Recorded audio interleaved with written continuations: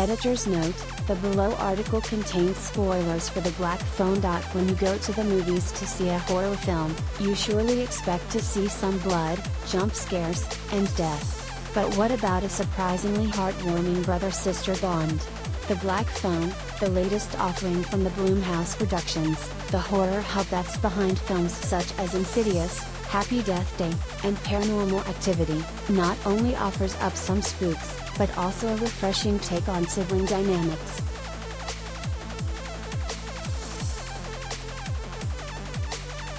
Based on the short story of the same name by Joe Hill and directed by sinister Scott Derrickson, this horror thriller takes place in a small suburban Denver town in 1978 that's haunted by the elusive child killer known as the Grabber, Ethan Hawke, a mask-wearing man who poses as a traveling magician and lures children into his black abracadabra van. At the core of the story is Finney, Mason Thames, an unassuming 13-year-old boy who struggles to fit in with his rowdy and obnoxious peers. His home life isn't much of a reprieve from the hell of the school hallways. He and his younger sister, Bryn, Madeline McGraw, are being raised by their alcoholic and abusive father Terrence, Jeremy Davis, who's traumatized from the passing of his troubled wife, who died by suicide not too long ago.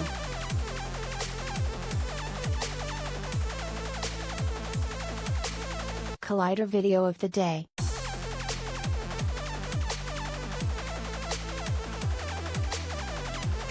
Little is known or revealed about the origins of the Grabber, which is a bold but smart storytelling move.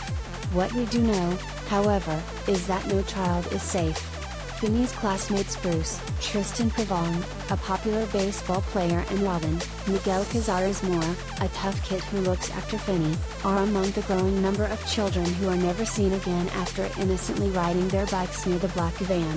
If those two could easily become victims, Finney realizes that he very well might be next.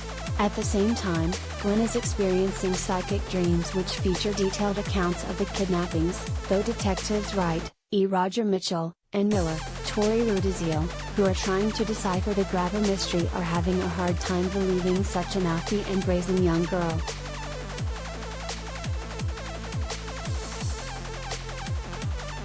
There are many opinions about the film, with some saying it lacks significant jump scares and the story overall runs a bit slow, while others say the lack of backstory for the Grabber enhances his character. But the most compelling part of the story is the relationship between the two wildly different siblings. Instead of falling into the trap of stereotypical sibling squabbles and conversations that inevitably culminate in bickering and teasing, Finney and Gwen are genuinely best friends, something that another student even acknowledges and is envious of.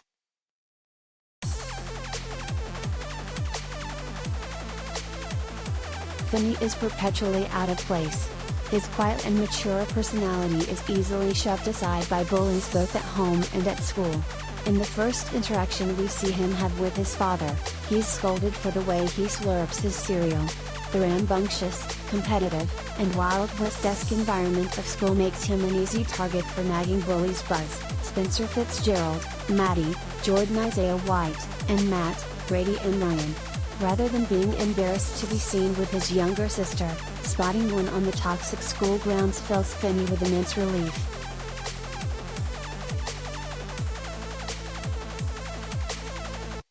Similarly, Bryn, who is far more confident and socially acceptable than Finney, can't wait to walk home with her brother and swap stories about their day. When Finney's thrown to the ground and beaten by his classmates, Gwen doesn't hesitate to unleash her tiny but mighty fury on the bullies, even though she knows it'll mean that she will soon be sporting a nasty bloody nose. She roots for him at his baseball games and he confides in her about a crush he has on a girl at school. Rather than dismissing him and saying that having a crush on someone is gross, she playfully teases him and makes him laugh. They carefully divvy up the ice cream that's left in the freezer, and Finney doesn't feel the need to hide his love of science. He also shows an interest in his Gwen's psychic dreams, even when their barbarous father vehemently discourages any talk about the sensitive subject. Their unstable home life might have forced them to grow up, but it didn't force them to be friends.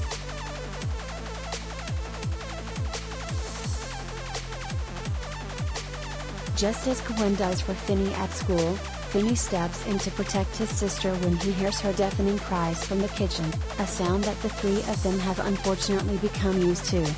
Gwen's experiencing the same sort of psychic abilities that ultimately drove her mother to her death. Naturally, this elicits fear from her father, who, along with several others, believed his late wife to be mentally ill, and her alleged psychic dreams figments of her imagination. The father's disbelief, however, tragically leads to him beating Gwen with a belt and demanding that they never speak of said dreams ever again. Finney doesn't let these threats get in the way of learning what his sister is going through, and is sure to inquire about them when the coast is clear. After being abused, berated, and pushed to tears, the siblings huddle up together in the dark, finding solace in the innocent hit show emergency, and knowing that the other isn't going anywhere. This of course, makes it all the more devastating when Finney's the next one to slip into the grabber's hands.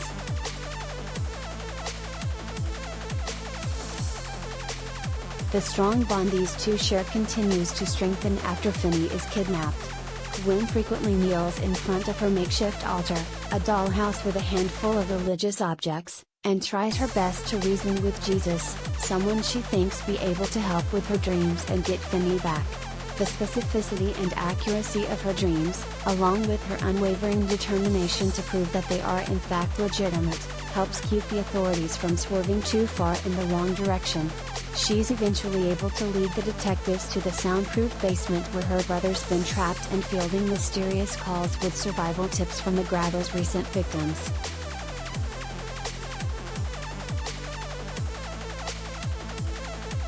Finney outsmarting and breaking the neck of the grabber is of course rewarding for the audience, who's been on his side from the moment they saw him on the pitcher's mound in the opening scene. But it's his emotional reunion with his sister and their deeply regretful father that is the most satisfying part of the film. Even though it is a horror film about an axe-wielding child murderer, it's the Black Phone's depiction of a sweet and unconventional sibling relationship that's the glue holding this creepy and clever film together.